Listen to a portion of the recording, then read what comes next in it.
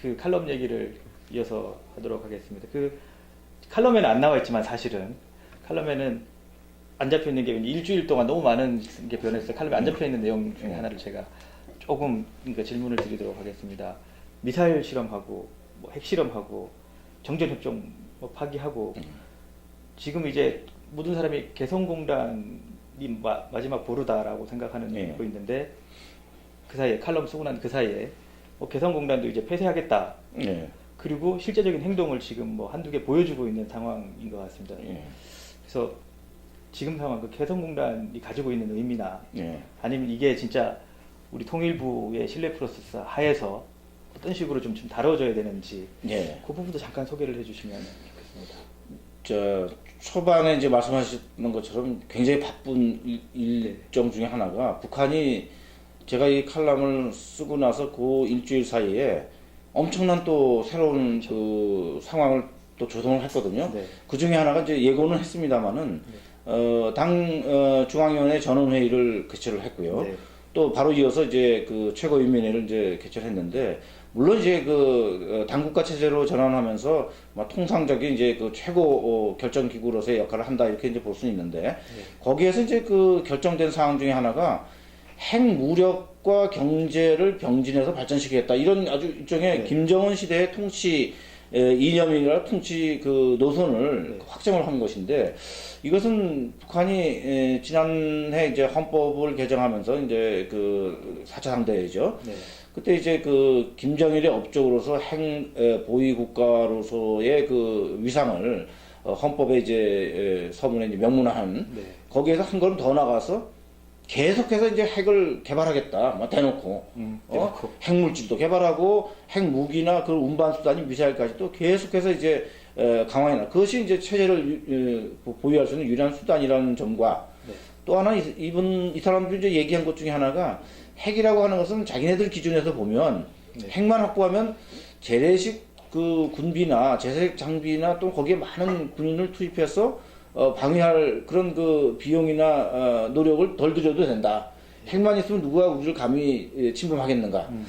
그래서 그것을 이제 경제 발전에 쏟겠다 해서 경제와 핵무력의 병진 정책을 하고 그 경제의 그 사령탑으로서 2002년 그 7.1 개선 조치를 주도했던 그래서 나름대로 이제 북한에서는 좀 개혁 마인드를 갖고 있다고 하는 박봉주 이 당 경공부장을 결국 이제 그 다음날 최고인민회의에서는 그 내각 총리로 이제 임명을 했죠. 물론 이제 당에서는 이제 당중앙위원회 정치국원으로 정치국 위원으로 이제 그 선임을 한 것이고요. 그래서 그렇게 보면 북한의 셈법이라는 것이 이제 핵을 가졌으니까 이거 핵을 가지고 있는 북한을 뭐 어떤 나라도 감히 이제 무력으로 침범하지 못할 것이라는 나름대로의 그 안보 어떤 그 상황을 만들었고 또 하나는 거기에서 덧붙여서 얘기한 게 자기들을 만약에 핵을 가진 나라, 미국을 지칭하는데요. 자기들을 그 협박을 하면 자기네는 대응하되 거기에 동조하는 나라는 핵을 갖고 있지 않아도 자기네들이 핵 선제 공격하겠다. 그런데 한국을 얘기하는 거기 때문에 이게 상당히 좀 험악한 그런 그 상황일 수도 있는. 그래서 이제 그 당중앙위원회와 최고인민회에 열린 것이 이제 하나의 변화고 거기에 의해서 바로 이제 우리가 그동안 우려했던 것 중에 하나가 이런 그 여러 남북 관계나 주변 정세가 악화됐는데도 남북 협력의 상징인 개성공단이 유지되어 왔는데 이 부분에 있어서 이제 북한이 조금씩 이제 그 제한을 차단을 가하는 그리고 이제 그 사람들이 명분을 내세운 것이 자기네들의 그 존엄을 훼손하는 그런 그 언동이 있기 때문에 이 개성공단은 더 이상 유지하기 어렵다.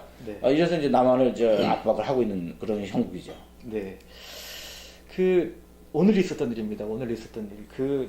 이 국제 해커 집단이 뭐 우리민족끼리라는 그걸 해킹하고 북한의 일부 사이트도 해킹하면서 그들의 최고 존엄인 김정은 사진에 뭐 이렇게 모욕적인 사진, 뭐 돼지 그림 그런 거를 그랬던데, 또 달라지겠어요. 오늘 내일은 또 뭐 북한 내부에서는 뭐 충격일 거라고 생각합니다. 자기들은 그동안 이제 그 해킹 관련한 이 부서나 전문가나 또는 뭐 해킹 부대까지 운영을 하면서 이 남한이나 또는 뭐 미국에 대해서까지도 그런 이제 해킹이라든지 뭐 이런 소위 인터넷망을 통한 나름대로 사이버전을 전개해 왔는데 그 사이버전의 또 다른 한 측면은 이제 북한 체제에 이제 선동하는 그런 그 수단들을 운영해 왔는데 여기가 이제 직접 공격을 당한 것이죠. 네, 그렇죠. 그리고 이제 북한 체제라고 하는 것이 자기들 뭐 늘상 얘기는 하는 거지만 최고 존엄을 훼손하는 거는 이건 뭐 목숨을 걸고 사수해야 되는데 바로 그 최고 존엄을 아주 그 희화화한 그런 것들이 대표님 보셨죠? 봤습니다. 뭐 직접 그 화면에 들어가서 보지는 않았지만 사진은 봤습니다만. 전파기가 그려져 있는. 그렇습니다. 그리고 이제 그것이 자기네들이 볼 수 있는 인트라넷까지도 이제 어떤 그 해킹의 결과로서 이제 나타나게 된다면 뭐 그것은 북한 그 담당자들 입장에서는 상당히 그 책임을 추궁당할 수 있는 이제 그런 부분이고 그만큼 이제 북한 지도부로서는 이 존엄을 유지하려고 했기 때문에 그 존엄이 조금이라도 손상되면 다른 나라에서 뭐 최고 지도자가 뭐 어떤 조크의 대상이고 이런 거하고는 비교할 수 없을 정도로 심각한 어떤 그 상황으로 받아들일 가능성이 크다 이렇게 봅니다. 하긴 뭐 뻑하면 지들은 우리나라 대통령 가지고 뭐라고 얘기를 그렇습니다. 자기들은 뭐 남의 뭐 대통령이든 뭐 막 함부로 말을 하고 뭐 온갖 그 비하된 표현을 다 하면서 자기들의 그 체제나 자기들 뭐 수령이나 이런 것은 뭐 진짜 총폭탄으로 수하겠다는 사람들이기 때문에 오히려 그런 부분들이 훼손당하면 이것은 뭐 감당할 수 없고 우리 지난번 그 2002년 뭐 2004년 이럴 때 북한에 소위 그 민여 응원단이 와서 보였던 게 행동을 받지 않았습니까? 바로 이제 그런 건데 그거보다는 훨씬 더 심각한 상황이죠. 상호 신뢰의 기본이라는 게 좀 상대도 인정해주고 그렇게 해야 되는 거 아니죠? 네, 그럼 저희가 이제 바람직하게 이제 생각하는 하나의 목표인데요. 좀 아쉽죠 지금. 네. 그 아까 잠깐 말씀을 주셨는데 북한이 그 핵을 가지고 있으니까 이제 경제 쪽으로 해도 된다, 병진한다. 예, 그렇습니다. 이제 북한 내부에서는 그게 가능하다고 판단하는 것 같은데 어떻습니까? 국제사회에서 봤을 때는 그 두 개가 같이 가는 거를 용인할 수 있는 분위기가 과연 앞으로라도 조성이 현실적으로는 그 실현 가능성이 100% 없죠. 둘 중에 100% 실패죠. 100% 실패인 거죠. 근데 이제 북한에서는 50년 전에 바로 이제 김일성 주석 때 경제 군사 병지 정책 이걸 62년 12월에 이제 당중앙위에서 채택한 적이 있습니다. 결국 이제 군사 부분에 집중하는 그런 그 역할을 했었는데요. 예산도 이제 갑자기 이제 한 2배로 늘고 두 마리 토끼를 다 잡으려고 했는데 결국은 경제도 망하고 군사 역량은 강화시켰을지 모르지만 결국은 체제를 이제 그 위태롭게 하는 그런 결정적인 실책 중에 하나인데 이번엔 더군다나 이 핵무력과 경제를 같이 발전시키는 조건 중에 이 핵을 통해서 이제 경제를 발전을 시킬 수 있는 여력이 생긴다 이렇게 이제 가정을 한 거죠. 가정을 했는데 경제를 발전시키려면 자체 어떤 그 자원을 동원해서 발전시키는 데는 북한과 같은 그런 취약한 어떻게 보면 소규모의 경제 이런 경제를 가지고는 전혀 불가능하고요. 결국 외부로부터의 지원, 협력, 뭐 이런 부분 투자, 교류, 이런 것이 그런 게 있어야 이제 발전하고 하다못해 자기네들이 만든 물건들을 해외에 수출하고 이래야 이제 그 경제가 발전하는데 경제는 발전하고 싶은데 핵을 가지고 있으니까 자기네들이 여력이 생긴다. 그런데 핵을 가지고 있는 북한에 대해서 이미 유엔에서 뭐 5가지 지금 결의안이 제재 결의안이 있는 데다가 핵을 계속해서 하겠다는데 이건 더 강한 이제 그 제재로 지금 국제사회가 맞설 수밖에 없는데 누가 그런 북한에게 지원을 해주고 누가 그런 북한에 투자를 하겠습니까? 그러니까 사실은 현실성이 전혀 없는 거지만 북한 나름대로의 그 셈법으로는 자기들 기준으로만 이렇게 이제 판단했는데 엄청난 오판이죠.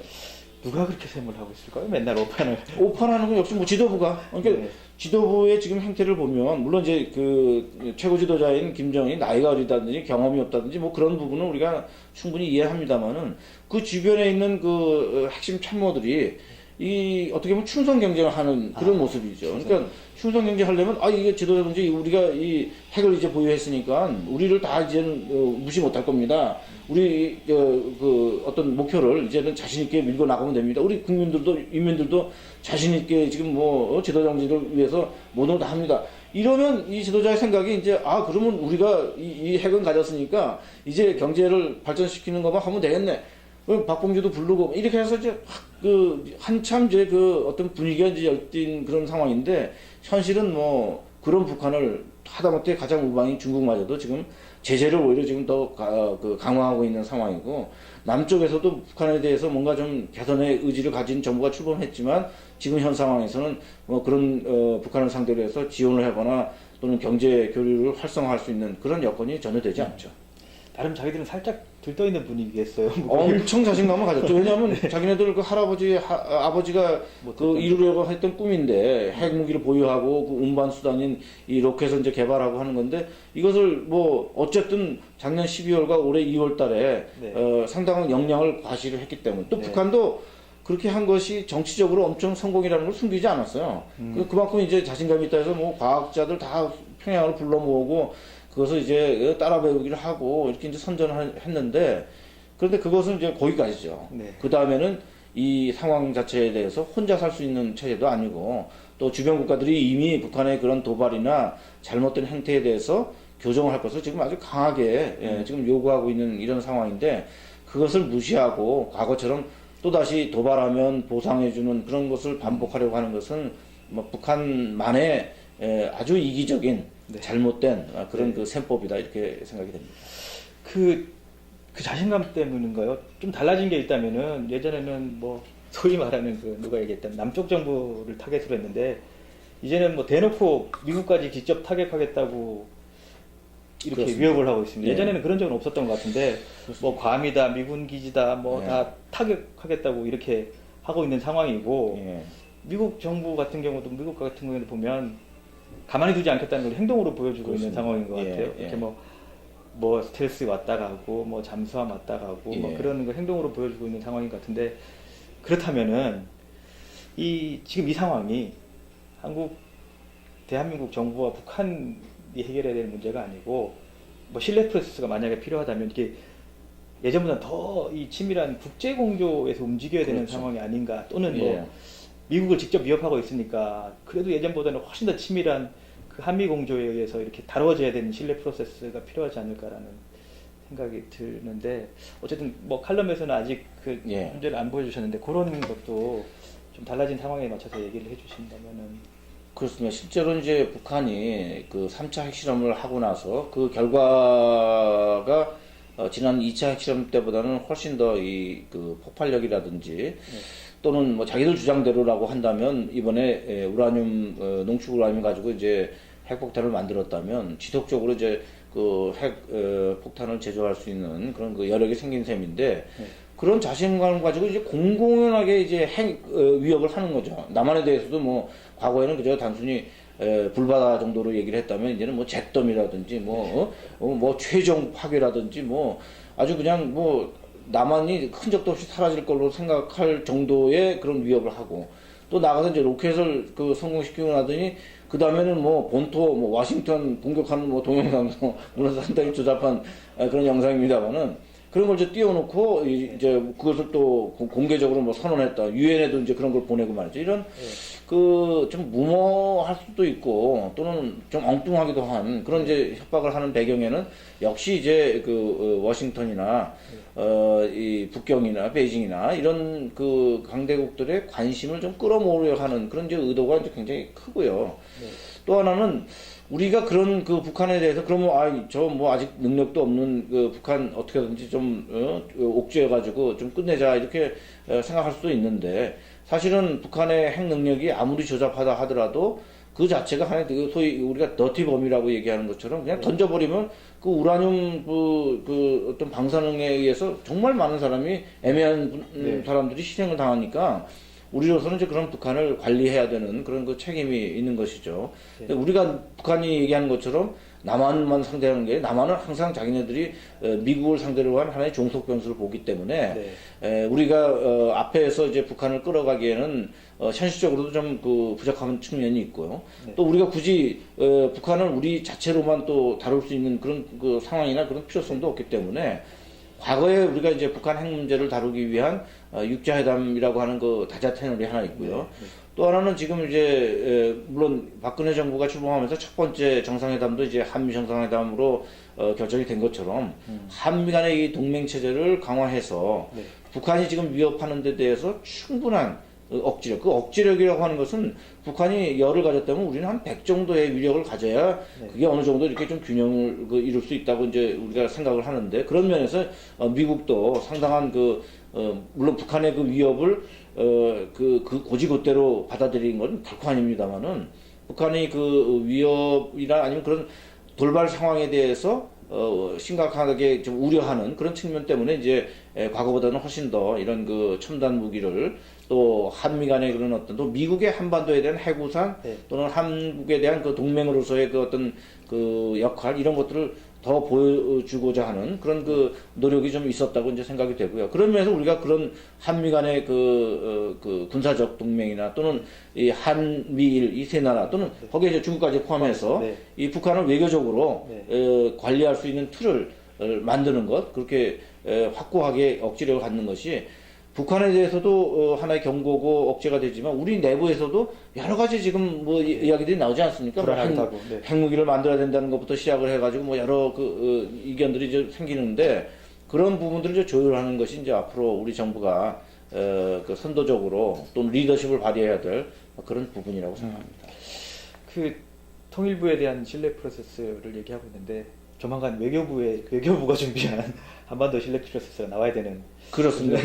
그래서 지금 뭐 네. 외무장관도 네. 일단 워싱턴에 제일 먼저 가서 지금 한반도 신뢰 프로세스에 대해서 이제 워싱턴에 우리의 그 입장을 설명하고 네. 또 미국의 지금 변화된 그 또 어쨌든 오바마 네. 정부 이기니까 네. 또 워싱턴에 또 분위기도 있고 네. 그런 부분들을 이제 조율하면서 앞으로 정상회담을 준비하고 네. 그 정상회담이 될 때쯤 되면 이제 한중의 또 이 세 나라의 또 그 정상회담도 예견도 어떻게 보면 이제 예상하는 하나의 새로운 또 채널이기 때문에 네. 거기에 대한 또 준비도 하고 네. 그래서 외교적으로 또 남북 간에 이런 그 새로운 그 틀을 지금 짜고 있는 그런 아주 그 긴박한 그런 시점이라고 생각합니다. 네, 그 엉뚱한 또 진행을 좀 하자면 미리 보는 다음 칼럼이라고 지금 상황에 혹시 예.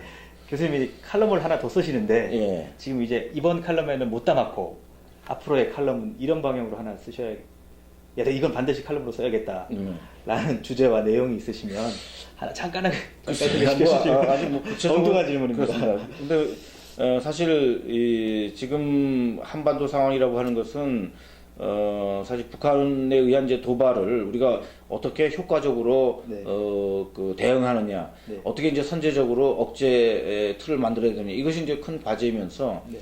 동시에 이 한반도 이 상황을 우리가 주도할 수 있는 북한도 우리가 주도적으로 좀 끌어내고 네. 또 주변 국가들의 그 전략적 이해관계를 우리가 어떻게 조율할 수 있는가 우리가 네. 물론 그 미국이나 뭐 중국의 정책을 우리가 뭐 좌우하거나 이럴 수는 없지만 좌지우지할 수는 없지만 네. 그러나 적어도 우리가 이 균형을 이루는 데 있어서 나름대로의 그 역할을 할 수 있는 그런 그 위치라고 한다면 이 북한의 지금 그 당중앙위원회에서 내린 그 결정, 네. 그 경제와 핵 무력 뭐 동시 병행 정책, 네. 이 정책으로 인해서 앞으로 나타날 수 있는 그런 그 위험성, 네. 그리고 이것의 그 어떤 그 실현 불가능성 네. 이런 부분들을 좀 지적하면서 네. 북한에 대한 그 어떻게 보면 이제 긍정적인 메시지죠. 네. 북한으로 하여금 변화해야 되고 그 변화를 할 수 있을 때 올 수 있는 그런 그 이점에 대해서 변화된 남한 정부, 변화된 국제사회의 어떤 그 시각으로 그런 부분을 좀 담아서 우리 정부에 대해서 뭐 이 통일부 신뢰 프로세스라고 하는 칼럼으로 이제 메시지를 줬다면 북한 지도부를 향해서도 이제 그런 메시지를 한번 좀 전해주고 싶은 그런 생각이 좀 있습니다. 네, 칼럼 생생 특후 최초로 다음에 있을 칼럼 이야기까지 오늘 나누는 시간을 가졌습니다. 굉장히 복잡한 오늘 해법이 없어 보이는 대북 문제였는데 그리고 또 특히 우리 정부의 통일부에 좀 안일함을 지적하는 그런 시간을 가감없이 오늘 가질 수 있는 유익한 자리였었던 것 같습니다. 또 그 우리 정부가 나가야 될 대북 정책의 방향에 대해서도 오늘 좋은 의견 나누실 수 있는 그런 유익한 시간이었고 의미 있는 시간이었을 것 같습니다. 대표님이 자꾸 대표님과 교수님이란 발음이 왔다 갔다 하는데 바른타임 시민의 대표님이시다 보니까 그게 입에 익어서 이해해 주시기 바랍니다. 이렇게 했었는데 고생하셨고 다음 칼럼도 소개해 주셨으니까 다음 칼럼이 나오면 다시 한번 좋은 자리에 의미 있는 시간으로 다가와 주셨으면 감사드리겠습니다. 알겠습니다. 수고하셨습니다. 고맙습니다.